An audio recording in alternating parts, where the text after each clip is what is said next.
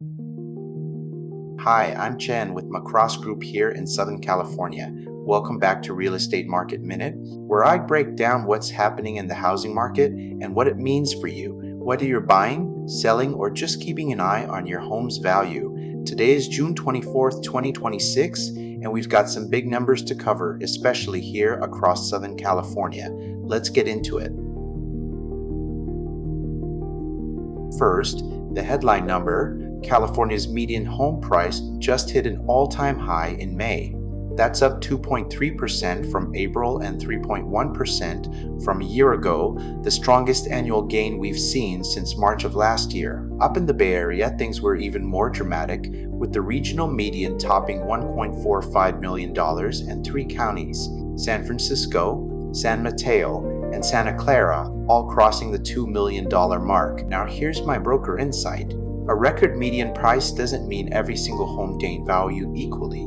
This number is being pulled up in part because more higher priced homes are selling. So if you're wondering what this means for your specific home or your specific neighborhood, that's a conversation worth having directly, because statewide numbers and your street can tell very different stories. Here's some good news if you're a buyer. According to Redfin's latest data, there are now nearly 500,000 more sellers than buyers nationally. That's a gap of almost 47%, and seller listings just hit a 6-year high. Buyer demand, meanwhile, has stayed pretty flat. What does that mean in plain terms? Buyers have more negotiating power right now than they've had in years. If you've been hesitant to make an offer with contingencies, ask for repairs, or negotiate on price, this is one of the more buyer-friendly windows we've seen in a while. On the sales side, California posted its second straight year-over-year sales increase in 2026, with May sales up 5.1% from a year ago, the strongest back-to-back annual growth we've seen in 8 months. That's encouraging, but I want to flag something. Pending sales, which give us a preview of what's coming, actually dipped 2.2% year over year, the first negative reading we've seen all year. So while the rear view mirror looks good, the road ahead might have a few more bumps. My broker insight here: closed sales tell us what already happened, but pending sales are the better early signal. That dip is worth watching as we move through the summer. Let's bring this closer to home.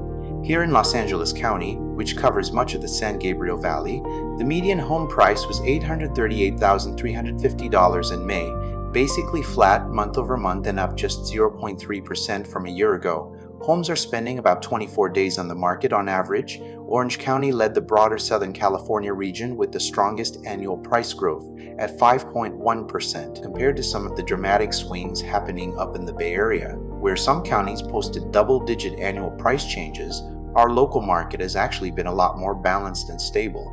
My broker insight: don't assume statewide or Bay Area headlines apply directly to your neighborhood. Local data is what really matters when you're making a decision. Finally, let's talk rates. The Federal Reserve held its policy rate steady at the latest meeting, but more voting members now expect the rate to be higher by year end, which briefly pushed mortgage rates up. On top of that, housing starts fell sharply, the weakest pace in 6 years, and builder sentiment remains soft, with more builders cutting prices to attract buyers. On the brighter side, retail sales are up nearly 7% from a year ago, showing consumers are still spending. My broker insight: rate uncertainty cuts both ways. It can give cautious buyers a reason to wait, but it can also mean less competition for those who are ready to move now. If rates ease in the second half of the year, as some expect, we could see renewed momentum heading into fall. So here's the big picture. Prices are at a record high statewide, buyers are gaining leverage, sales activity is mixed, our local San Gabriel Valley market remains comparatively steady, and mortgage rates are still very much in flux.